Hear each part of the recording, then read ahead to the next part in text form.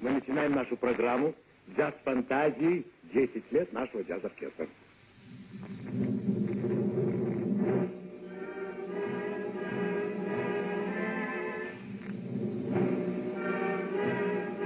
In the mid-1920s, Alexander Rodchenko, one of the leading exponents of the Russian avant garde, announced in Moscow he would no longer paint and would now concentrate on photography as a means of searching for a new visual language which could best express the new visual culture emerging at that time.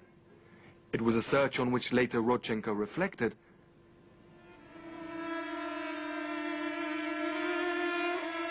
"When I began to work with photography and left the world of painting behind, I didn't then realize that painting had laid on photography such a heavy hand.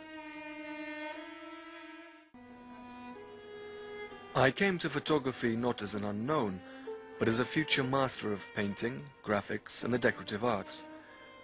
I want to analyze my creative work through photography. I want so that it will be understood and believed that this path is not easy as some like to think.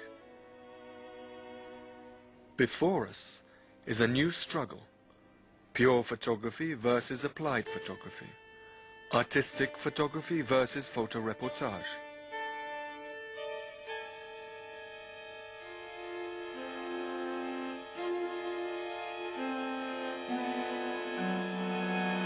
The world of Rodchenko's art from 1917 until 1920 was a world of geometrical composition which he subjected to its laws, formulas and structure. The concept of black on black began a process which was the beginning of Rodchenko's exit from painting.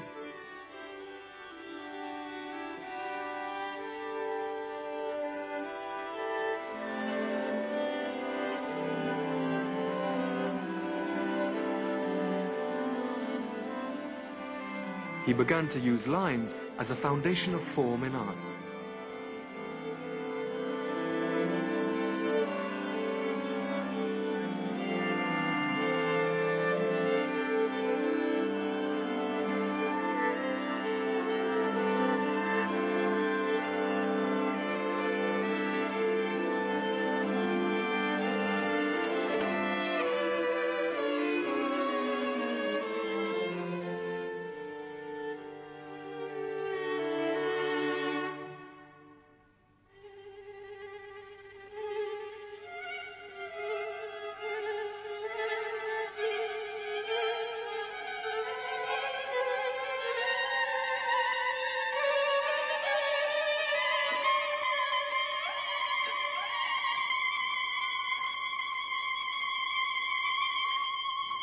In 1918, he undertook a cycle of compositions of circular colored forms, called concentrated color.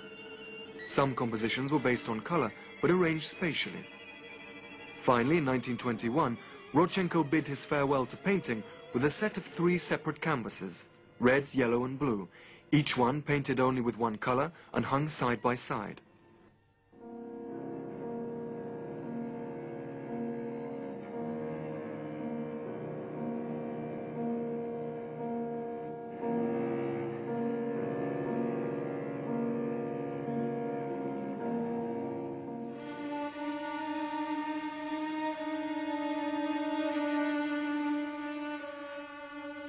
Many considered it a joke or a prank to make a fool out of the critics and public, but the intent was serious and thought out.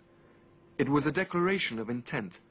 The era of painting was over, and a new era was about to begin.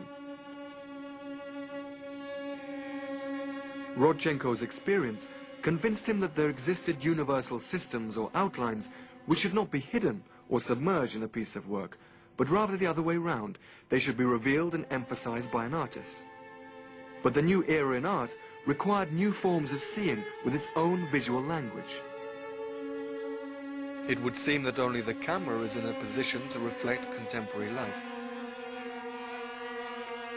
This new language, difficult to call it a technique, Rodchenko described as perspectives.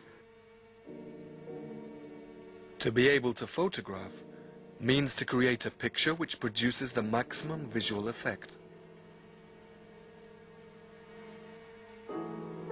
In Soviet photography of the 1920s, it is understood that perspectives was connected with a certain conception, namely the point of view from the top downwards.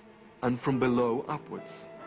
Rodchenko was accused of bourgeois influence and slavishly following the trends of France and Germany. He tried to explain that his photographs were closely connected with the experimental paintings of the early part of the century, and that the new paintings and new photography belonged to the same visual culture.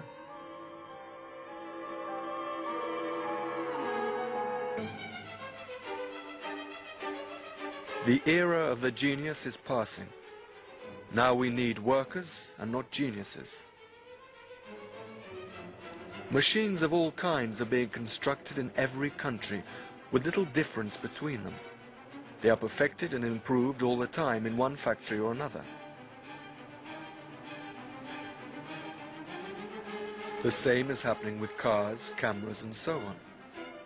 There will never be ideal aeroplanes or cars. Therefore, comrade photographers, don't simply think about uniqueness and masterpieces. In technical imitation and modernization is one of the roads of development. This road is in art. We are going through a stage in art which I consider important for leading art out onto the road of conceiving and initiating industry. But what does one need to imitate? I often write that one must imitate images. Not blindly, of course, but consciously imitate. Set up exhibitions to argue, to explain, and fight for imitation. Don't be afraid to be guilty of imitation.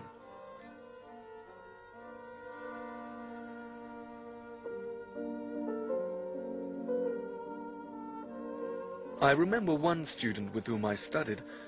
One of the professors shouted at him for imitating Gauguin.